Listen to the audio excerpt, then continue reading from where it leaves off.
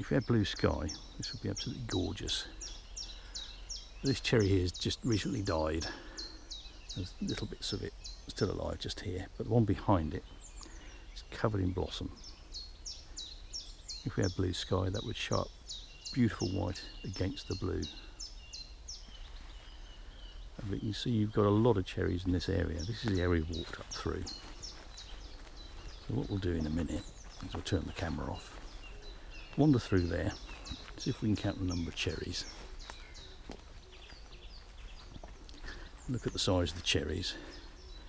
Then I'm going to ask you a question. So this is number 1 cherry. There don't seem to be any up in here. Right, talk to you in a minute.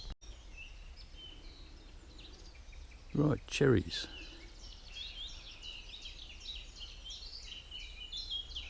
One, 2, 3.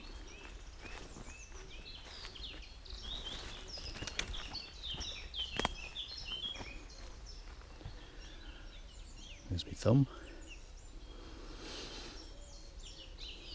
That's number 3. 4. 5 over there inside the area that's fenced off. Not going to count that one.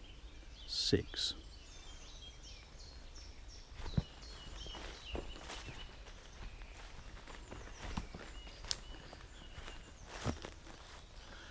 Not going to count this one.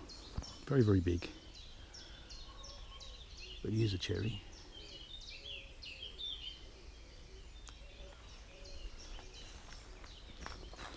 7. Not going to count this one. All those 3 little ones over there.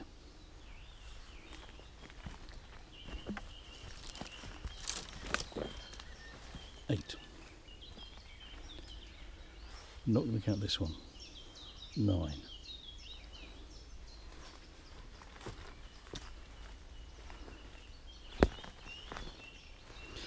10, 11, 12.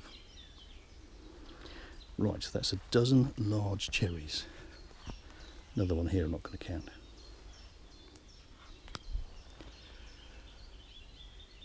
So why am I counting cherries? Right, question. If you look around you at the hazel here, you'll see it's all very small. This one here and this one here are dead. And the regrowth is very, very poor, very sparse. So with these cherries here, if you recut the hazel, if you look up with the eye of faith, you can see that the canopy is nearly closed. The hazel will always grow back relatively poorly because it just hasn't got the light. You can see the eastern skies lighting over here, so in the morning you've got the shade from this great big oak, as well as the cherries. So should you, for the long-term benefit of this wood, take out those 12 cherries, and should you realise the income from selling that, cherry is a in-demand timber. It has a value. So if we take out these 12 larger stems, is it going to kill this cherry clone? Is the significant benefit which the hazel would accrue from being able to have better light and better regrowth going to counteract the loss of biodiversity potentially from taking out these rather nice trees with their huge resources in terms of nectar for pollinating insects?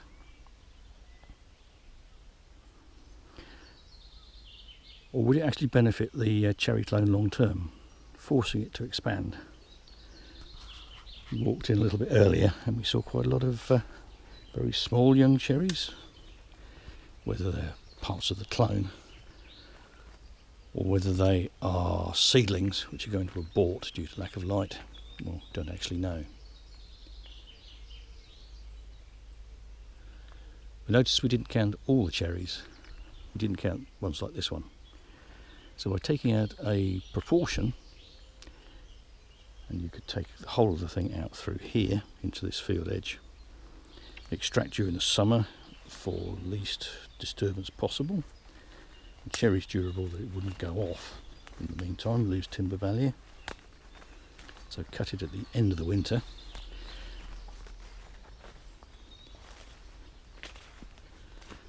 So would realising some income from this benefit the wood long term?